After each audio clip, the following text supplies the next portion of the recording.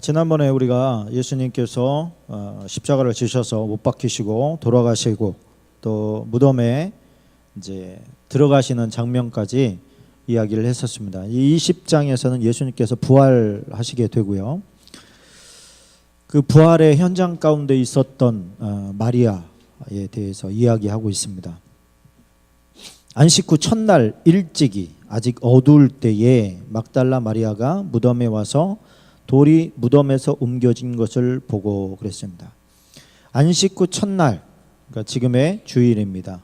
주일 새벽 일찍이 아직 어두울 때 이미 그녀는 일어나서 예수님의 무덤으로 갔던 것이지요. 와서 보니까 돌이 무덤에서 옮겨진 것을 보게 됩니다. 그리고 나서 옮겨진 것을 보고 나서 어떻게 했대요? 무덤 안으로 들어갈 생각은 못하고 시몬 베드로와 예수께서 사랑하시던 그 다른 제자, 그게 누굴까요? 요한이죠. 요한에게 가서 알립니다. 사람들이 주님을 무덤에서 가져다가 어디 두었는지 우리가 알지 못하겠다, 이렇게 이야기하죠.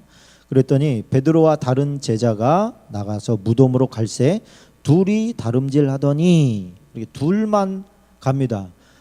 사람들이 둘이어서 사람들이 모여있는, 제자들이 모여있는 가운데 얘기했는데 움직인 사람은 베드로와 요한밖에 없었더라. 나머지는 꼼짝도 안 하더라. 이게 이제 이걸 보면서 제자의 유형에 대해서 이야기합니다. 제자의 유형이 있는데 은혜 보답형이 있어요. 마리아, 그죠? 우리가 신약 시대에 보면 대부분의 사역들이 남자들에게서 여자들에게도 옮겨가게 되는 것을 우리가 목도하게 됩니다. 아굴라와 브리스길라, 아굴라가 남편이고 브리스길라가 여자인데 나중에 브리스길라와 아굴라 이렇게 바뀌잖아요. 그러니까 여자의 비중이 교회의 사역 가운데 더 많은 비중을 차지하게 됩니다. 남자들보다, 신기하게도. 그러나 질서는 계속해서 이렇게 남성들 중심으로 이렇게 돌아가요. 예수님의 제자들도 그랬고, 또 예수님이 이제 유다가 떠나가지 않았습니까? 마띠아를 얻을 때도 남자들 중에서 구합니다. 그러나 실제적으로 안으로 들어가 보면 대부분 이제 여성들이 많이 일을 하게 되고요. 그 전까지는 여성들의 사역에 대해서 성경에 기록하는 것을 많이 이렇게 좀 절제하는 모습들이 있었는데 신약 시대에 들어서면서 여성들의 사역이 부각되기 시작합니다. 쫙 부각되고요. 그건 왜 그러냐면 예수님의 죽음의 순간에 제자들은 다 도망갔잖아요. 요한 한 명 예수님의 그 십자가 앞에서 이제 있었던 인물로 이제 보여지고 나머지는 다 여자였어요. 여자들이 오히려 더 예수님 곁에 머물렀고 배신도 안 하고 끝까지 섬겼던 모습을 그렇게 나타납니다. 여성들의 지위가 그래서 상승된다 이런 개념이 아니었어요. 남자들은, 예수님의 제자들은 지위 상승을 위해서 예수님을 쫓았던 사람들이 의도적으로 많았는데 여성들은 그런 거 없이 정말 순수한 마음으로 예수님을 사랑하는 사람들이 많았던 걸 보게 됩니다. 그래서 이 마리아는 은혜 보답형 제자였어요. 예수님이 나에게 베풀으신 은혜가 너무 커서 예수님이 돌아가셨음에도 불구하고 그 은혜를 어떻게 갚고 싶어서 무덤을 찾아왔던 여인. 두 번째는 이제 계기 충성형이라고 하는데 어떤 계기를 맞아서 그가 예수님을 제대로 발견하고 충성하게 되는 케이스를 말합니다. 이런 사람들은 이제 대부분의 사람들이 여기에 해당을 하지요. 어떤 예를 들어서 직분을 맡게 됐다. 그리고 직분을 맡았으니까 내가 하나님 앞에 충성해야지. 이렇게 생각을 하고 또 어떤 계기가 돼서 하나님 앞에 헌신할 수 있는 계기를 만났을 때 이 기회에 내가 한번 하나님 앞에 충성해보자. 그리고서 충성하게 되는 그런 제자 유형을 말합니다. 세 번째는 묵묵무답형이 있어요. 묵묵무답형. 움직이지 않은 제자들이 있었다는 것이죠. 나는 주님과 교회의 일에는 상관이 없어. 나는 내 길을 가지만 나는 또 구원도 받아야 되겠고 또 마음의 위로도 받아야 되기에 예배 생활은 하지만 그닥 나는 어떤 충성의 이런 삶은 살고 싶지는 않아 라고 생각하는 세 번째 유형이 있습니다. 그래서 우리는 뭐 어디 누가 돼야 되겠습니까? 은혜 보답형이 돼야 되겠죠. 여러분 우리 교회가 이제 봄 가을로 성경 퀴즈가 있어요. 성경 퀴즈. 당연히 시험 범위는 어디가 되겠어요?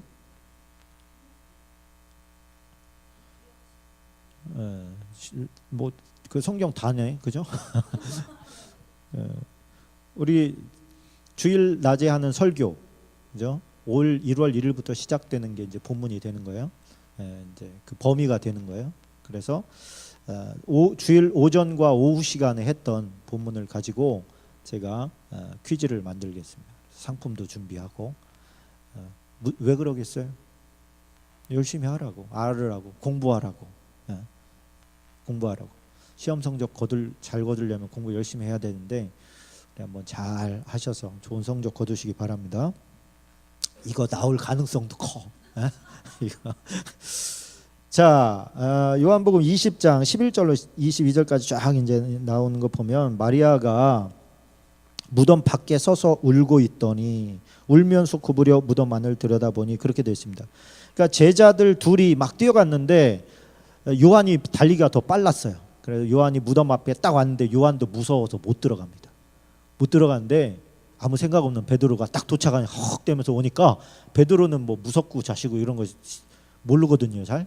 그러니까 오자마자 왜 서 있어? 그러면서 들어가는 거예요. 툭 들어갔더니 요한도 이제 따라 들어가게 됩니다. 가보더니 아무것도 없는 거예요. 이상하다. 진짜네. 어디 갔을까? 그리고 나와가지고 제자들은 다시 왔던 자리로 가요. 베드로와 요한은. 근데 늦게 와가지고 달리가 딸려가지고 늦게 왔는데 무덤 밖에서 울고 있던 여인이 있었으니 그가 누구다? 마리아다.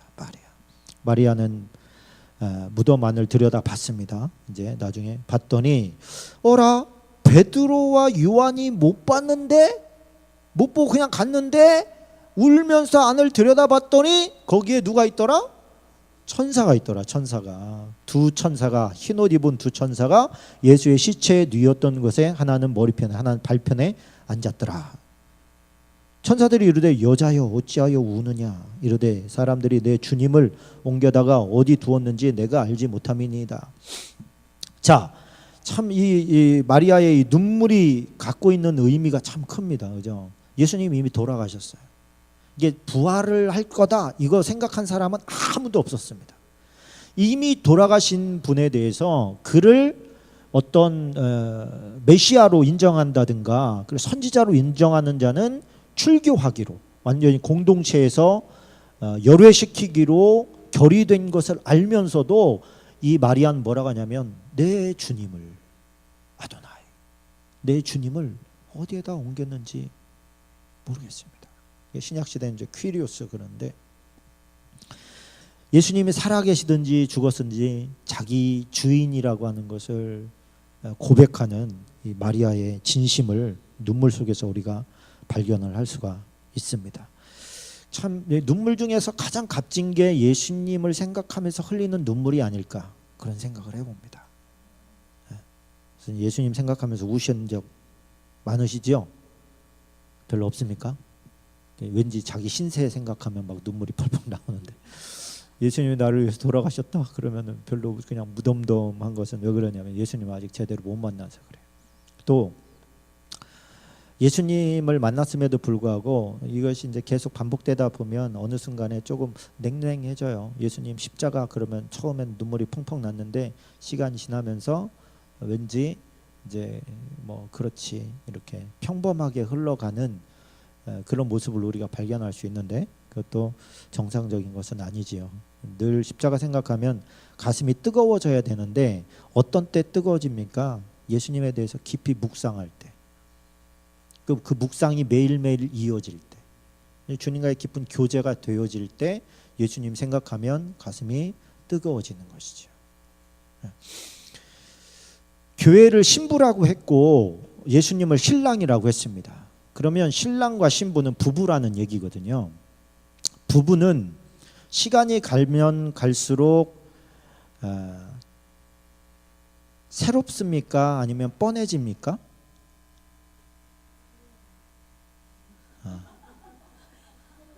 새로워진다고 그러면. 저도 새로워진다고 생각합니다. 그러니까 우리 부부는 참 신비한 존재인 것 같아요.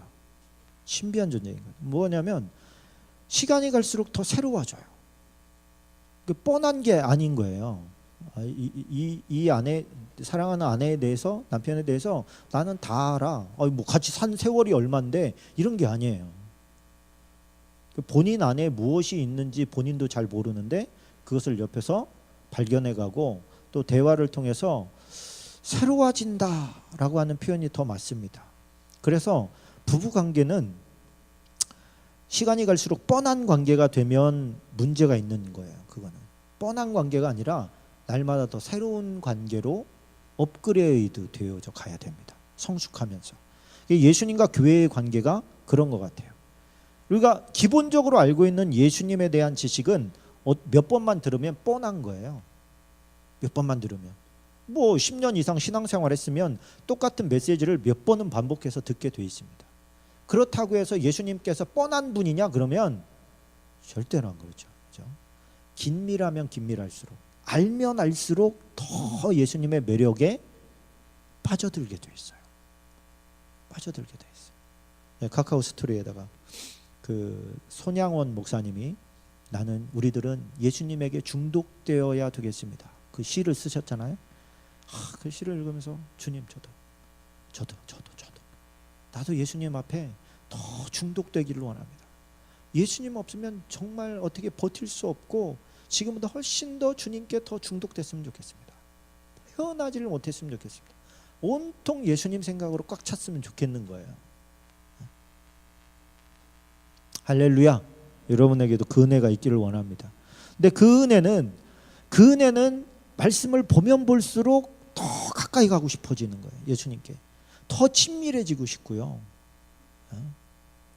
더 깊은 사랑의 관계로 나아가고 싶은 그런 막 욕심이 생겨요. 모르면 모를수록 뻔해집니다. 예수님이. 그거 안다고 할 수 없는 거거든요. 자, 그 13절에 보면 이런 말씀입니다. 예수 천사를 이르되 여자여 어찌하여 우느냐 이르되 사람들이 내 주님을 옮겨다가 어디 두었는지 내가 알지 못함이니이다.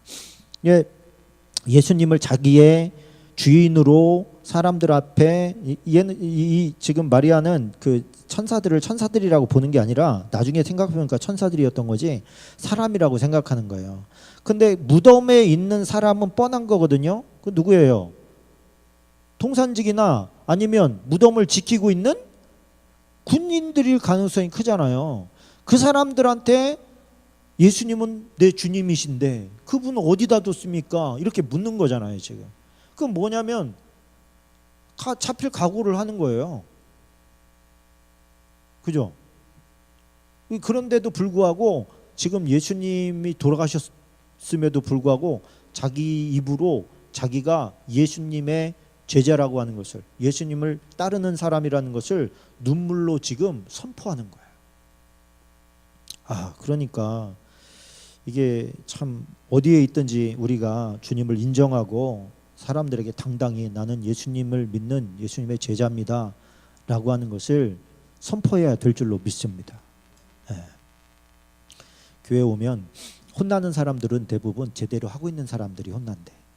그렇죠? 진짜 혼나야 될 사람들은 예배 참석 안 하고 다 가잖아요. 그죠? 어디 가고 뭐 기도 생활도 안 하고 그러는데 기도하러 금요일 날 왔는데 목사님한테 막 기도 안 한다고 혼나고. 그죠? 그래서 어떻게 되느냐 하면 잘하는 사람은 더 잘하게 되고 안 되는 사람은 더 안 될 수밖에 없는 구조로 가게 됩니다. 지금요 영적인 흐름을 보면 기류가 묘하게 흘러갑니다. 여러분. 그런 시각을 여러분도 가졌으면 좋겠는데 지금 아주 하나님께 신령하게 가고자 하는 사람들은 아주 깊이 있게 나가요. 중간지대가 없어지고 있어요. 우리나라 중산층이 다 없어지듯이 중간지대, 회색지대에서 방황하는 사람들이 없어져요. 근데 그 사람들이 지금 하나님께로 더 긴밀하게 붙으려고 하는 것보다는 그냥 세상적으로 나가는 사람들이 많이 있습니다. 그 마지막 때에 나타날 특징이기도 하거든요. 마지막 때는요 분명하게 갈려요. 그냥 그죠? 아, 얘는 진짜 천국 갈까 지옥 갈까 헷갈리는데 이런 사람 없어요. 제대로 믿든지 아니면 그냥 세상으로 나가든지. 제대로 믿는 사람이 굉장히 조금일 수밖에 없는 것이죠. 그래서 지금은 우리가 다 잘 믿는 것 같아도 이제 조금 더 어떤 핍박이 온다든가 아니면 환란이 온다든가 아니면 어떤 그 세상의 어떤 문화에 피해 당할 일들이 생기게 되면 어떻게 될지 몰라요. 우리가 준비하고 있지 않으면 알아채지 못한 사람도 많을 거고. 자 15절 보니까 예수께서 이르시되 여자여 어찌하여 울며 누구를 찾느냐. 자 천사 둘이랑 얘기하고 있는데 갑자기 예수님께서 나타나셨어요. 이미 예수님께서는 모든 지금 그 위치에 대한 지역에 대한 초월자가 되셨어요. 그래서 요 전까지는 어디 갔다 오셨는지 모르겠어. 근데 금방 다시 이곳에 오신 거예요. 누가 있으니까? 울고 있는 마리아가 있으니까. 이것을 보면서 제가 야 예수님께서는 예수님을 향한 어떤 슬픔에 대한 눈물 거기에 지대한 관심을 가지고 계시구나 이런 걸 제가 느끼겠더라고요. 우리의 이름을 아셔 마리아야 이렇게 부르셔. 여자여 어찌하여 울며 누구를 찾느냐. 16절에 예수께서 마리아야 이렇게 부르시잖아요. 예수님께서는 참 내 이름 아시죠? 그런 찬양 있잖아요. 그죠? 내 이름 아시죠. 예수님께서 자기 이름을 밝히지 않았는데 또 이름을 불러준 사람이 있네. 누굴까요? 삭개오야 내려와라. 오늘 네 집에 내가 유하여야 된다. 제가 오늘 아침에 첫 번째로 얘기한 거 있잖아요. 아재 개그 빼고 훈계와 뭐를 없애라? 교훈을 빼라. 대화할 때. 그러면 친해질 수 있다.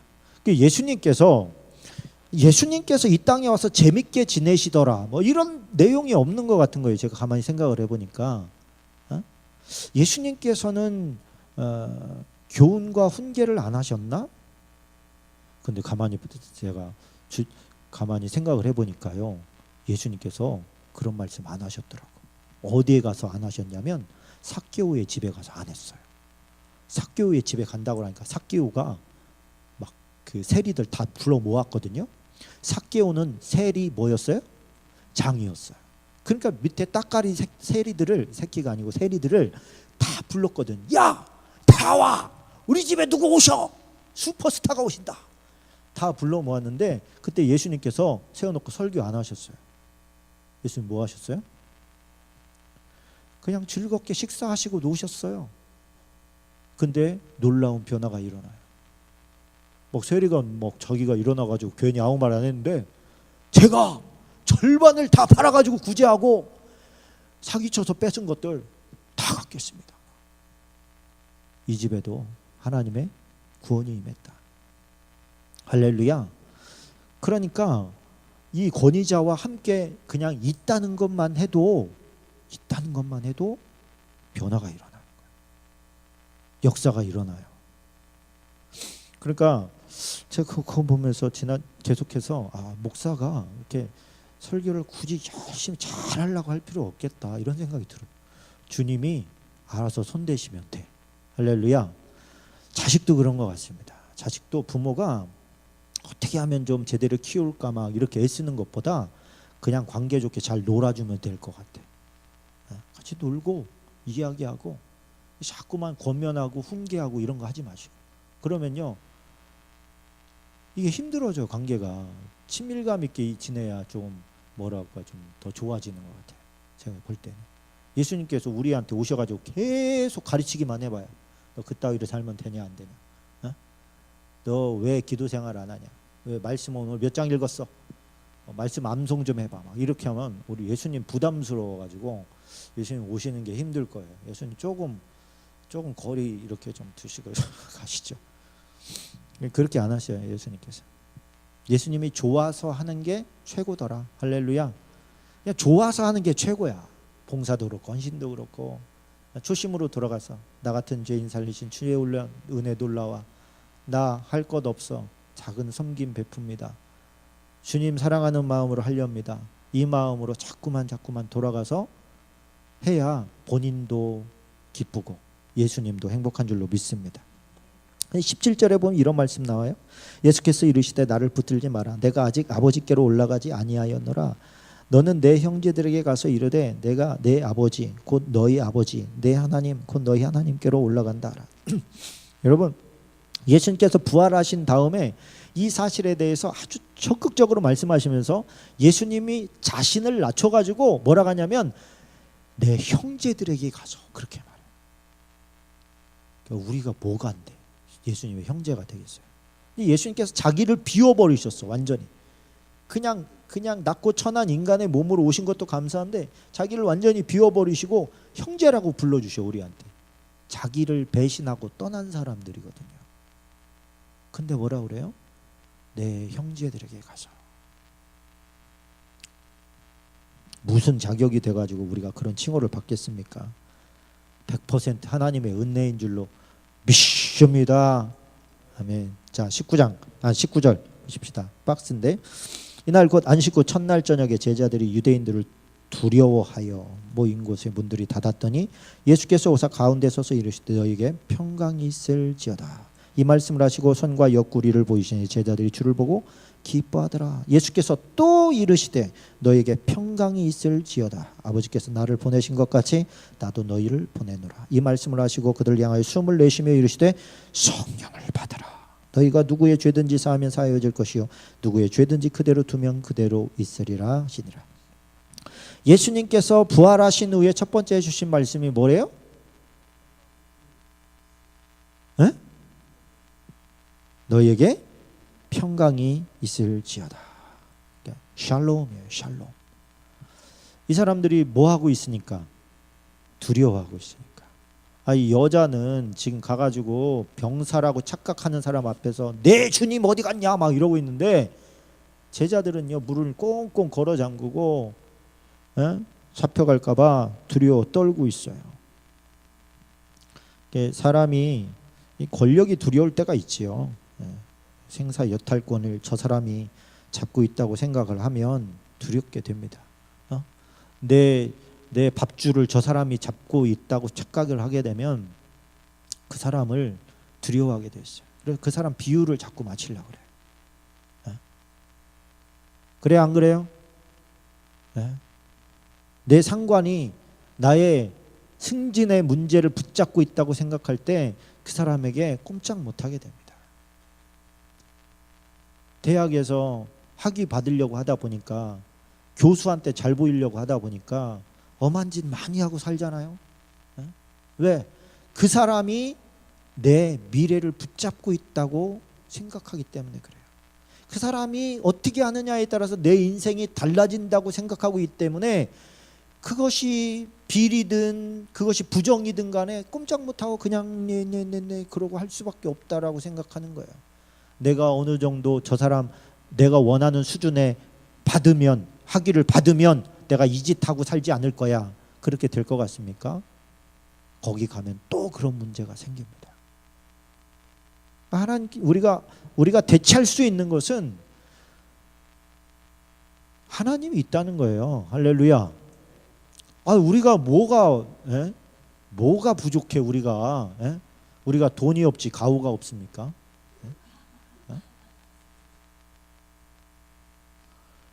하나님이 우리와 함께 하시는데 우리가 사람 앞에 가서 빌빌거릴 필요가 없다는 거예요.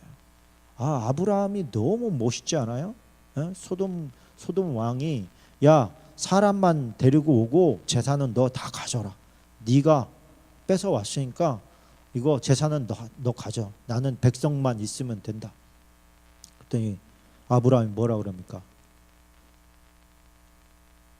뭐라 그래요? 성경에 보니까 안 가져요. 안 갖는다 나. 여러분 그 재산이요 나라를 세울 만큼의 재산이었어요. 어마무시한 재산이었어요. 근데 뭐라고 하냐면 자존심 상해서 아브라함이 자존심 상해서 한 말이에요. 안 갖는다. 소돔왕아, 너 다 가져. 왜 안 가지려고 그래? 네가 나 부자 만들었다는 얘기할까 봐 그런다. 난 네가 만드는 게 아니야. 나 하나님께서 만들어 주셔. 내가 전쟁장에서 잘해서 승리한 것도 아니야. 하나님께서 나에게 승리 주셔서 그런 거야.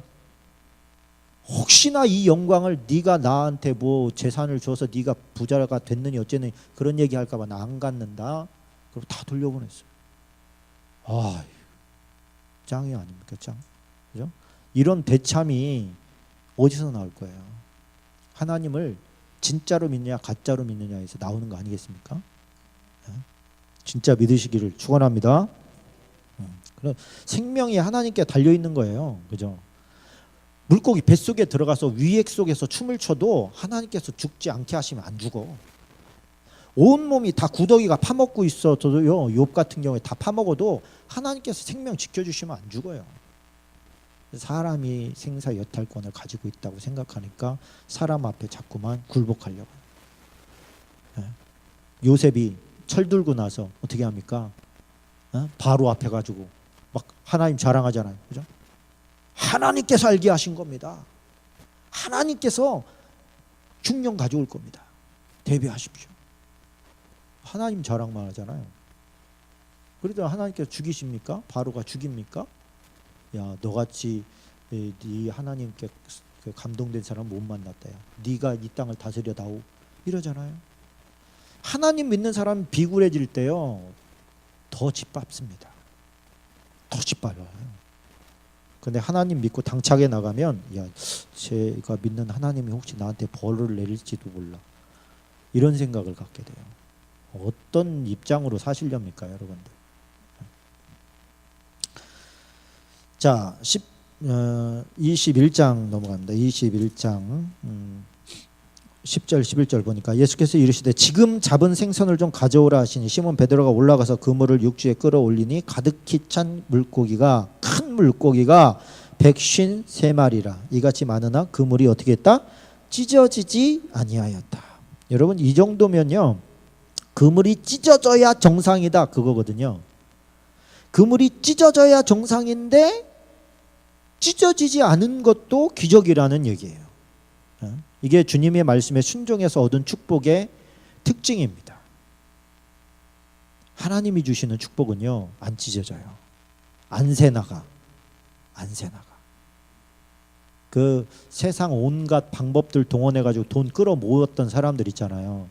어느 한순간에 다 날아가는 거 보면, 아, 이게 마귀가 주는 게 맞구나. 마귀도요, 물건이 있어요. 있어요, 없어요? 있어요. 마귀가 예수님께 그러잖아요. 이 천하만국에 있는 모든 영화를 다 주겠다 그러잖아요. 마귀도 줄 수 있어요. 근데 마귀는요, 끝까지 가는 복은 안 줘. 마음을 빼앗겨서 물질에 완전히 빼앗겨서 폐인이 되면 다시 가져갑니다.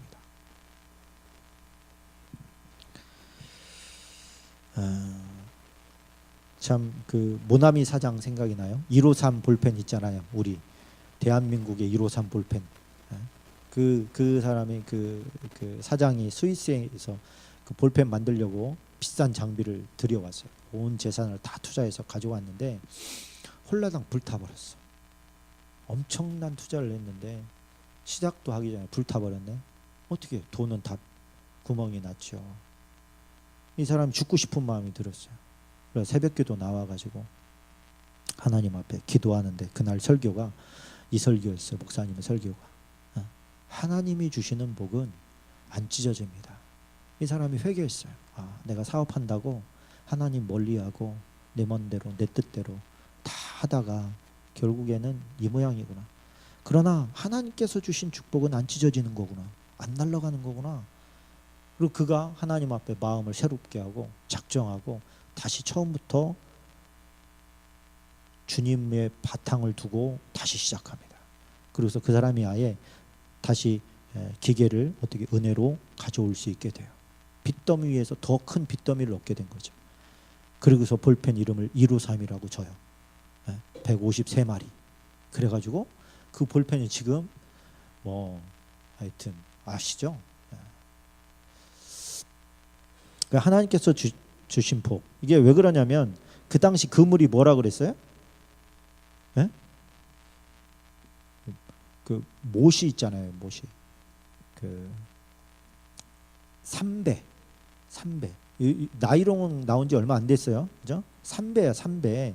그러니까 그거 손질 잘못하면 그냥 썩어버리기도 하고, 그래서 물에서 건지면 이 제자들이 그물 손질했다고 하는 거 있잖아요. 거기 물기 빼고 그 다음에 빳빳하게 말려야 되는 거예요. 그래야 또 그물로 쓸 수 있는 거예요. 그래 물기가 그냥 남아있는 상태로 조금만 있으면 금방 곰팡이 슬어서 뜯어져 버리죠. 그래서 낮에는 그물질을 못해요. 왜? 낮에는 내리면 저희 그물 오는 게 다 보여. 색깔이. 그러니까 물고기들 다 도망가는 거예요. 그러니까 낮에는 물고기를 못 잡아요. 밤에만 잡아야 되는 거예요. 그래서 물고기들이 왜 눈 뜨고서 멍하니 자잖아요. 여기 몇 사람 있는데 눈은 떴는데 자고 있어. 예. 그런 애들 이제 밑에서 쓱 건져 올리는 거죠. 예. 그런데 지금 그 허술한 지금 그물이 지금 안 찢어졌다는 거예요. 무슨 짓을 했는지 모르지만. 예. 그러니까 우리 하나님께서 주시는 복을 받으십시다. 자, 15절부터 이제 쭉 말하면 예수님께서 조반 먹은 후에 베드로에게 이렇게 묻습니다. 요한의 아들 시몬아, 네가 이 사람들보다 나를 더 사랑하느냐?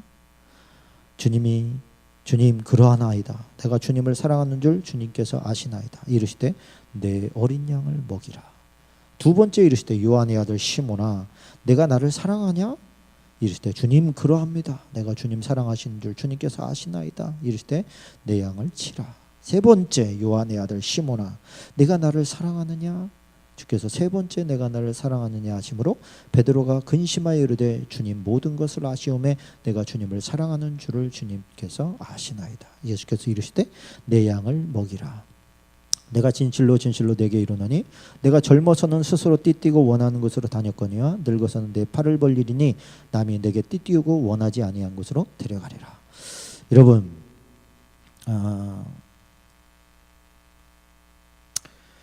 사명을 잃은 제자잖아요.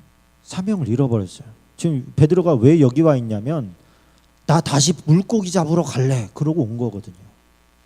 예수님이 부활하신 걸 만났어요.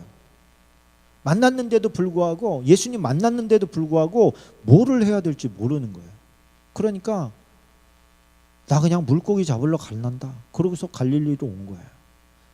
근데 그 갈릴리로 온 제자들을 예수님께서 쫓아오신 거예요. 쫓아와서 예수님이 베드로가 예수님 부인하던 그 환경을 그대로 만들었어요. 그리고 아직 해 뜨기 전에 예수님이 붙잡히시던 날 그 환경, 붙잡히시던 날 그 제사장의 집들에서 베드로가 불지에다가 나 그 예수 모르는데, 나 진짜 모른다고, 나 이 저주나 받아라, 그런 사람을 안다고 말하다니 막 이러면서 하고 있는데 닭이 울었잖아요. 지금 분위기가 그때랑 비슷한 거예요. 불 피워놓고 거기서 예수님께서 베드로에게 묻는 거예요. 베드로가 지금 불은 쬐고 있는데 이게 어떤 상황이랑 비슷한 거예요. 이게 지금 예수님께서 똑같이 3번을 물어보시네. 그 여종이 물어봤던 것처럼 네가 나를 사랑하느냐? 자꾸 자신이 없어져요. 부끄러워져요. 근데 지금 이건 뭐 하는 거냐면 예수님께서요 상처 치유해 주시는 거예요. 우리가 상처는요, 숨기고 싶은 상처는, 창피한 것은 그냥 피해버리고 싶거든요. 근데 예수님께서는 직면하게 하셔요. 우리가 정말 하나님 앞에 얼굴 뜨뜻한 죄들, 부끄러운 것들 있잖아요. 근데 그거를 우리의 입으로 고백하도록 만드셔요. 왜냐하면 치료해 주시려고 그러시는 거예요. 거기에 매여서 항상 그 생각하면 갑자기 막 슬럼프가 되어지고 팍 다운되어지는 이런 것을 하나님께서 지금 치유시켜 주는 거예요. 네 내면에 나를 배신했던 그 상처 때문에 이 상처 가지고는 네가 사역 못 해낸다. 그래서 사명과 함께 사명을 주시면서 동시에 그 내면에 그가 받았던 상처를 치료해 주시는 거예요. 3번 똑같이 치료해 주셔요. 네가 나를 사랑한다는 것을 뭐예요? 내가 믿는다. 안다. 그러니 내 양을 먹여라. 믿지 않는다면 안 맡기죠. 그죠? 그래 안 그래요? 몰라요? 대답을 좀 해봐요. 물고기처럼 눈 뜨고 졸지 말고. 안 믿으면 일을 맡겨요, 안 맡겨요? 안 맡기잖아요. 근데 예수님 지금 어떻게 해요? 맡겨요. 지금 예수님이 베드로의 고백을 안 믿기 때문에 3번 묻는 게 아니에요. 치료해 주기 위해서 그런 거예요. 네 말을 내가 믿어. 내가 또 믿어. 내가 또 믿어. 이런 거예요. 그렇게 되면 어떻게 됩니까? 이제 상처 입은 치유자가 돼요. 어떤 치유자가 되냐면 실수하고 부인하고 배신했던 사람을 품을 수 있는 사람이 되는 거예요. 나도 그랬어. 나도 예전에 그랬어. 나 창피하지만 나도 똑같아. 그렇게 돼야 사람을 세울 수 있습니다. 실수 별로 안 하고 살았던 바울이라는 사람이 있어요. 그죠? 이 사람 율법주의, 확실한 율법주의라 실수 별로 안 하고 살았더니 마가 용납 못 하잖아요. 그죠? 중간에 이 부잣집 도련님 힘들어서 선교여행 중간에 포기하고 집에 간다고 갔더니 나중에 그거 용납 못 하잖아요. 이런 사람 갔다가는 우리 팀 다 망합니다. 바나바랑 막 찢어지면서까지도 안 데리고 가잖아요.